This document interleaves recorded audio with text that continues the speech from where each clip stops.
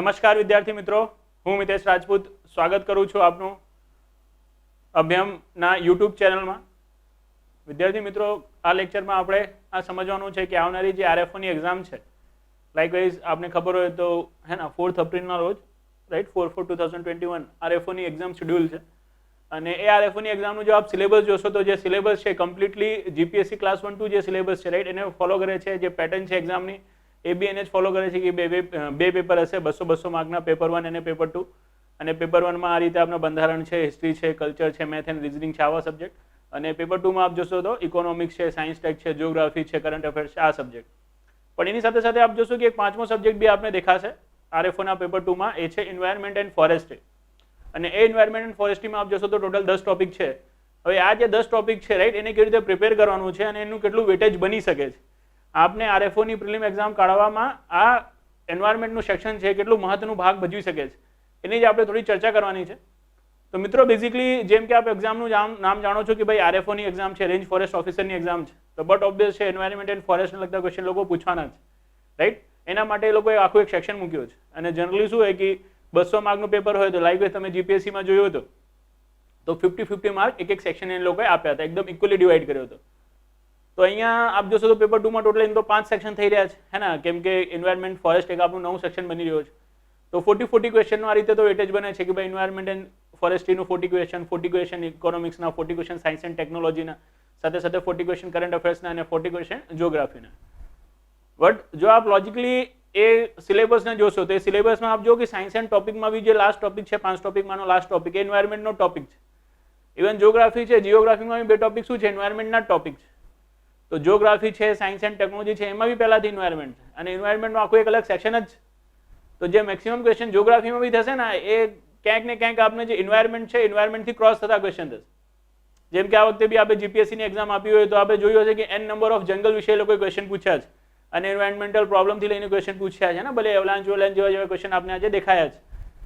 તો આપ એક્સપેક્ટેડ રાખો કે આજે આરએફઓની એક્ઝામ છે, આરએફઓની એક્ઝામમાં ઘણા બધા ક્વેશ્ચન જે હશે રાઈટ જીઓગ્રાફીના એ સીધા એવા હશે જે ક્યાંક ને ક્યાંક એન્વાયરમેન્ટ કે ફોરેસ્ટથી રિલેટ થતા હશે કે ભાઈ ફોરેસ્ટના ટાઈપને લઈને ક્વેશ્ચન, સાથે સાથે ફોરેસ્ટ પ્રોબ્લેમને લઈને ક્વેશ્ચન હે ને, એની સાથે સાથે ફોરેસ્ટના જે ઉત્પાદો છે એને લઈને ક્વેશ્ચન, એવા ક્વેશ્ચન એ લોકો જીઓગ્રાફીના સેક્શનમાં નાખશે। તો એ બી આપણે એન્વાયરમેન્ટના સેક્શનમાં જોશો તો forest and soil and forest and its importance કરીને શું છે એક ટોપિક આપેલો છે, ત્યાં બી એ કવર થશે। તો એન્વાયરમેન્ટ એન્ડ ફોરેસ્ટ્રીમાં જે સિલેબસ છે, સિલેબસ ક્યાંક ને ક્યાંક સાયન્સ એન્ડ ટેકનોલોજીમાં ક્યાંક ને ક્યાંક આપણે જીઓગ્રાફીમાં કોપી થઈ રહ્યું છે ને। જેમ કે સાયન્સ ટેકનો છેલ્લો ટોપિક જોશો તેમાં બધી એન્વાયરમેન્ટલ શું આવી છે, ટ્રીટીસ આપી છે, પર્યાવરણીય સંધિઓ આપી છે। અને આપનું બી જે એન્વાયરમેન્ટ ફોરેસ્ટ્રીનો 10મો ટોપિક છે જોશો તો આપ આખો ને આખો એન્વાયરમેન્ટલ ટ્રીટીનો ટોપિક છે રાઈટ। તો એનો મતલબ એ થાય છે કે ભાઈ 40 ક્વેશ્ચન એન્વાયરમેન્ટ એન્ડ ફોરેસ્ટ્રીના જે સિલેબસ છે એનાથી તો થશે જ। સાયન્સ એન્ડ ટેકનોલોજીમાં બી 10 ક્વેશ્ચન લોકો શું થઈ શકે છે એન્વાયરમેન્ટની લઈ શકે છે, જીઓગ્રાફીમાં બી 40 માંથી એ લોકો 10-15 ક્વેશ્ચન શું લઈ શકે છે એન્વાયરમેન્ટના લઈ શકે છે। તો આપ એટલું તો રાખો જ કે 60 to 70 ક્વેશ્ચન હે ને, વધારે નહીં તો ઓછામાં ઓછા 60 to 70 ક્વેશ્ચન એવા હશે જે ક્યાંક ને ક્યાંક એન્વાયરમેન્ટ એન્ડ ફોરેસ્ટ્રીથી શું થતા હશે, ક્રોસ કરતા હશે।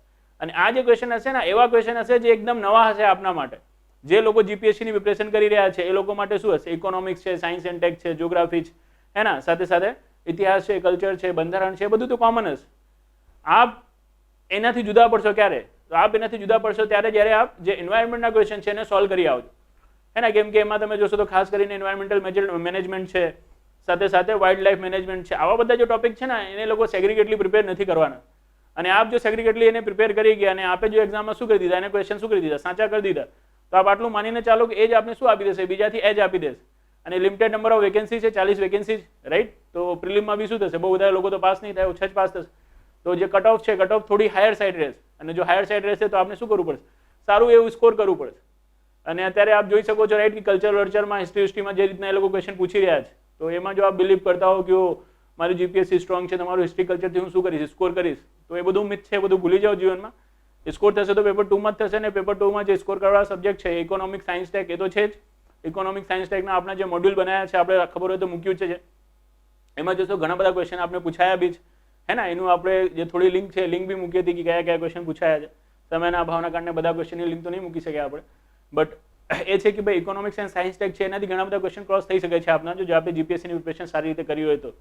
પણ જો એન્વાયરમેન્ટની પ્રિપરેશન છે રાઈટ એ આપે નથી કરી, તો ભલે આપણે જીપીએસસીમાં ઇકોનોમિક્સ એન્ડ સાયન્સ ટેક વાંચી રાખ્યું છે, તો ઘણા લોકોએ વાંચી રાખ્યું છે, એ આપને એટલો એજ નહીં અપાઈ શકે કે આપ આની પ્રિલિમને કાઢે જાઓ. આમાં આપણે એન્વાયરમેન્ટના જે 60-70 ક્વેશ્ચન આવે છે એમાં જો સ્કોર કરવું છે 40-50 ક્વેશ્ચન, તો એન્વાયરમેન્ટ અને ફોરેસ્ટ્રીને શું કરવું પડશે, અલગથી પ્રિપેર કરવું જ પડશે.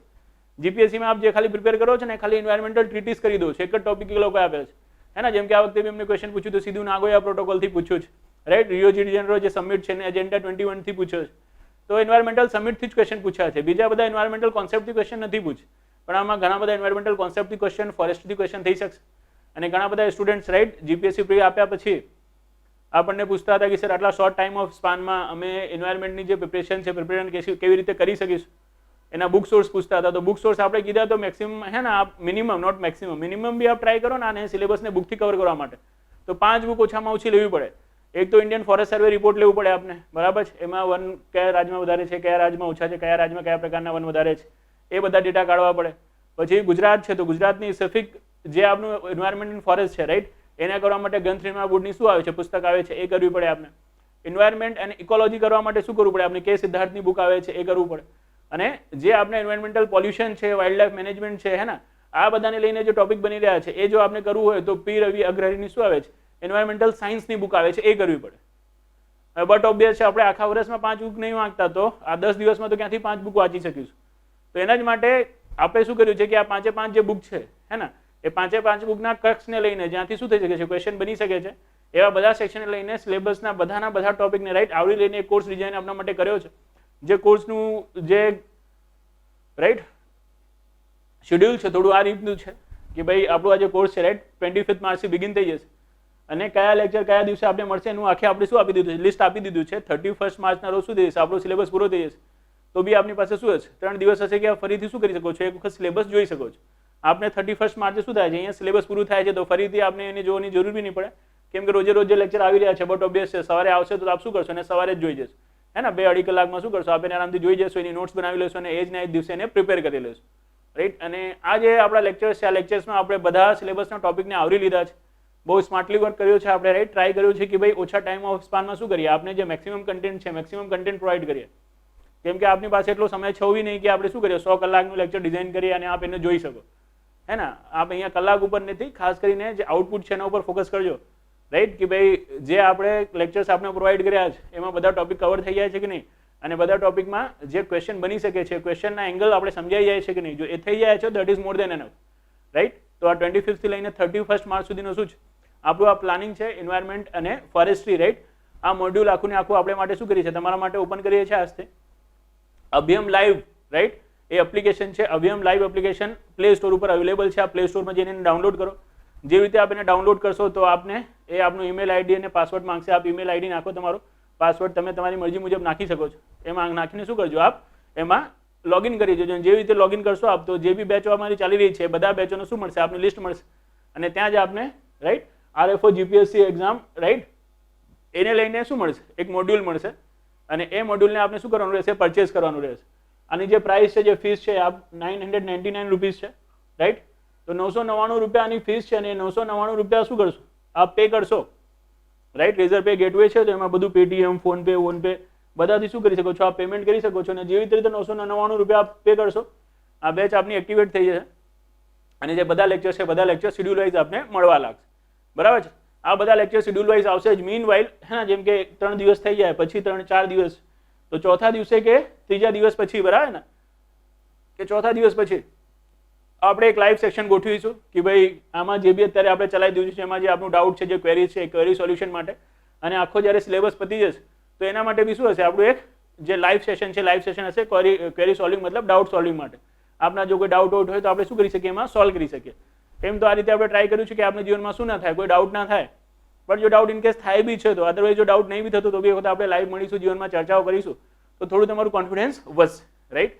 તો આ રીતનું છે સિસ્ટમ. આપને આખી માહિતી મેં આપને આપી દીધી છે, રાઈટ. કે અભિયમ લાઈવ પ્લે સ્ટોર ઉપર અવેલેબલ છે. એપ્લિકેશન ઉપર જવાનું છે, એમાં RFO એક્ઝામનું એન્વાયરમેન્ટનું લઈને જે કોર્સ છે, કોર્સને પરચેસ કરવાનો છે. 999 રૂપિયાનો કોર્સ છે.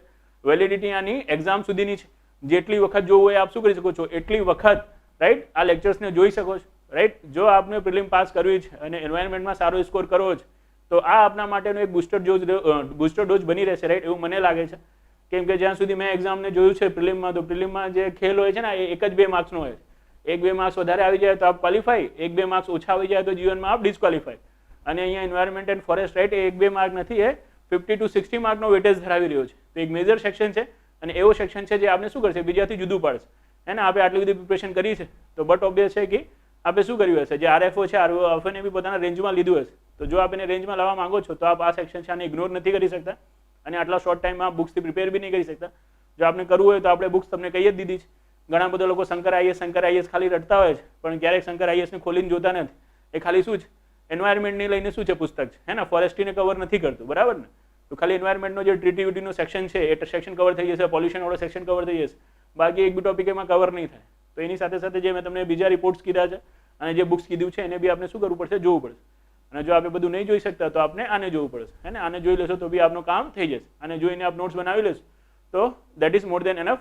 એની સાથે સાથે આ સિલેબસ આપણું પૂરું થશે. એની સાથે આપણે તમને જે 200 MCQ છે 200 MCQ બી આપીશું આમાંથી, સિલેક્ટેડ MCQ જે આપણે શું કરવાના રહેશે, સોલ્વ કરવાના રહેશે, જેનાથી આપણે ખ્યાલ આવશે કે ભાઈ આ જો આપણે કરી રહ્યા છે તો મારું આઉટપુટ કેટલું આવી રહ્યું છે, રાઈટ. તો હોપ સો તમારે જે બધા ડાઉટ છે આ કોર્સને રિગાર્ડિંગ, રાઈટ, એ સોલ્વ થઈ ગયા છે.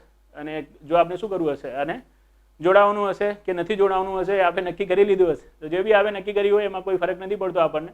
બેઝિકલી આ કોર્સ ડિઝાઇન કરવાનો મારો હેતુ આ હતો કે ઘણા બધા આપણા સ્ટુડન્ટ જે છે જીપીએસસી આપે છે, હે ને, તો એમના જોડે હંમેશા અમે શું રહ્યા છે, ઊભા રહ્યા છે. એમની પ્રી હોય, મેન્સ હોય, ઇન્ટરવ્યૂ હોય, દરેક વખતે આપણે એમની જે ક્વેરીઝ છે, જે પ્રોબ્લેમ છે એનું સોલ્યુશન આપ્યું છે.